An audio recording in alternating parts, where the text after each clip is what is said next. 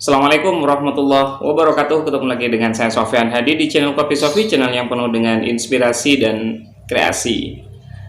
Ada pernyataan yang menurut saya cukup meresahkan ya, dari Bebe Haikal, yang nama lengkapnya itu adalah Haikal Hasan, salah satu alumni pergerakan ini, pergerakan apa persaudaraan 212. Sebuah pernyataan dari beliau yang menurut saya perlu diluruskan, karena kalau ini dibiarkan akan menjadi pemahaman yang liar dan akan merusak mental umat seperti itu ya. Nah, ini videonya. Itu bukan maksudnya gini. Beliau itu ada kalanya mesti Allah berfirman dalam Al-Qur'an, bukan hanya mau'izah hasanah yang disampaikan. Ada yang berkata firman dalam Allah dalam Al-Qur'an apa? Wa qul lahum qaulan syadida. Ada. Katakan kepada mereka perkataan yang keras. Ada lagi wa qul lahum qaulan baligha. Katakan sampai menusuk hatinya. Ada. Jadi Quran itu jangan beriman dengan satu ayat, beriman dengan seluruh ayat. Nah, pengertian kita.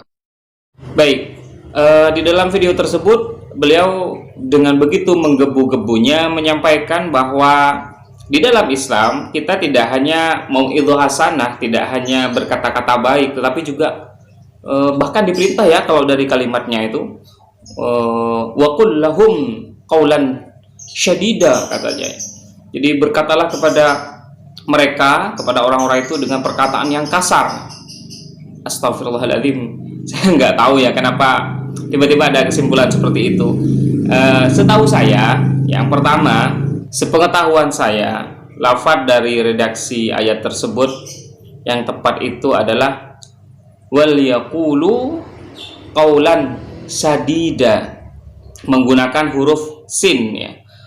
Sementara kalau dilihat dari apa yang disampaikan oleh si Haikal Hasan, itu sepertinya menggunakan huruf shin. Ya, katanya wa qul lahum qaulan syadida. Makanya kemudian oleh si Haikal Hasan dimaknai dengan keras, karena syadida itu bermakna keras ya, sangat ya, bermakna sangat ya, keras.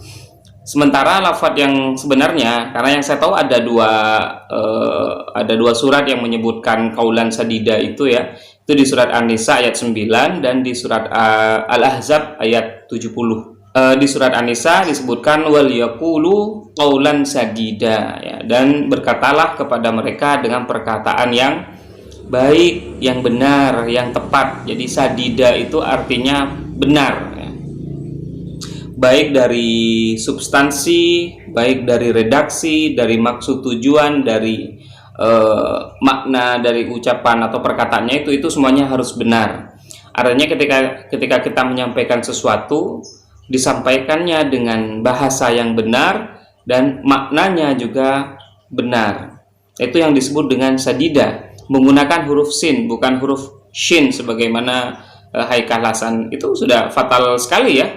Sudah maknanya diselewengkan, lafadznya juga salah, dan itu digunakan untuk memprovokasi orang-orang dan sangat bersemangat ya. Kemudian yang kedua, di situ Haikal Hasan juga menyebutkan wa qul lahum qaulan baligha katanya, dengan menusuk katanya. Berkatalah kepada mereka itu dengan perkataan yang menusuk. Menusuk berarti kan kayak ini ya. Ini mohon maaf, ini hanya kesimpulan saya. Kalau dimaknai baligha itu menusuk, artinya kan menyakiti ya. Kata-kata yang menusuk berarti kan kata-kata kasar yang menyakiti, menyakiti perasaan. Padahal setahu saya ya, kata baligha itu bukan menusuk ya, tetapi dengan lembut, dengan tepat sasaran. Artinya itu sempurna, tepat sasaran, dan menyentuh langsung ke dalam hati seseorang. Ini kita bisa temukan di surat An-Nisa ayat 63, wa qul lahum fi anfusihim qaulan baligha ya, qaulan baligha. Berkatalah kepada dan katakanlah kepada mereka dengan perkataan yang menyentuh hati, menyentuh jiwa mereka. Makanya ada kata fi anfusihim qaulan baligha. Jadi kata baligha disandukan dengan nafas ya, jiwa. Artinya ini perkataan yang menyentuh, personal approach, mungkin ya, pendekatan yang begitu mendalam terhadap seseorang.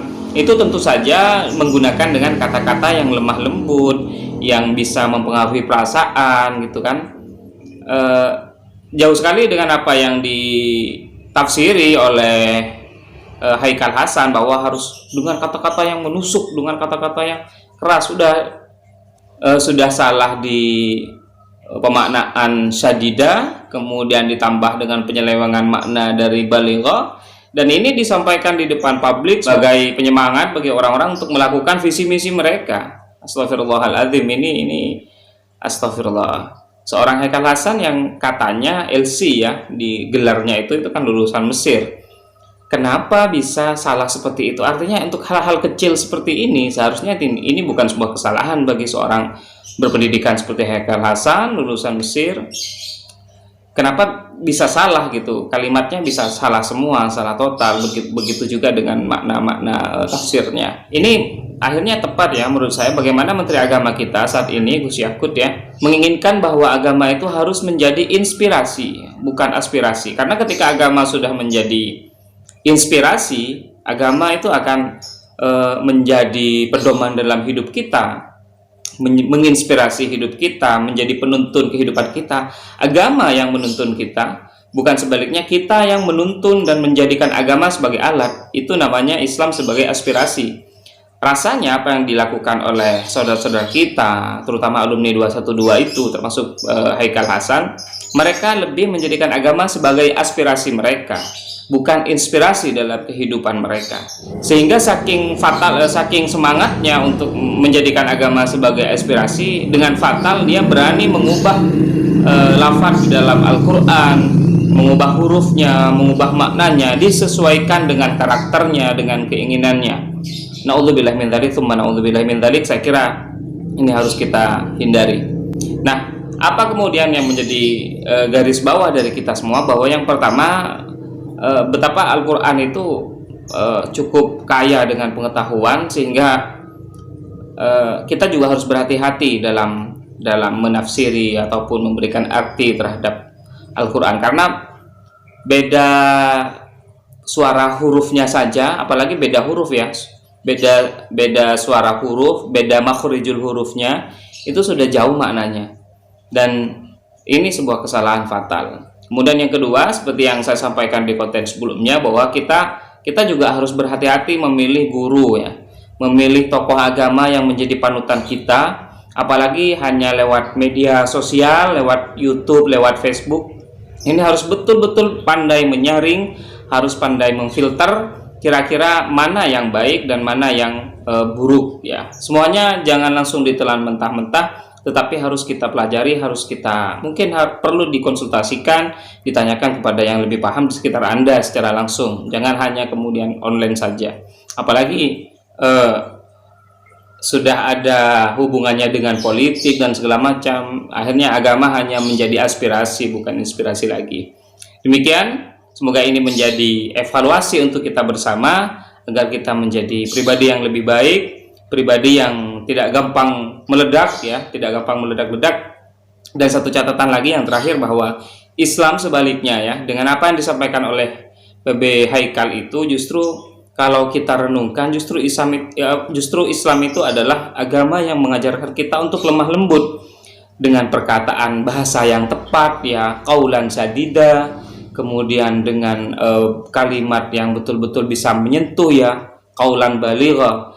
Jadi itu wajah Islam yang sebenarnya, dan ini yang harus kita lakukan, ini yang harus kita sebarkan, yang harus kita tularkan kepada orang lain, adalah wajah-wajah Islam yang penuh dengan senyuman, wajah-wajah Islam yang penuh dengan kelembutan, sehingga Islam benar-benar menjadi rahmatan lil alamin, rahmat, kebahagiaan untuk semesta alam.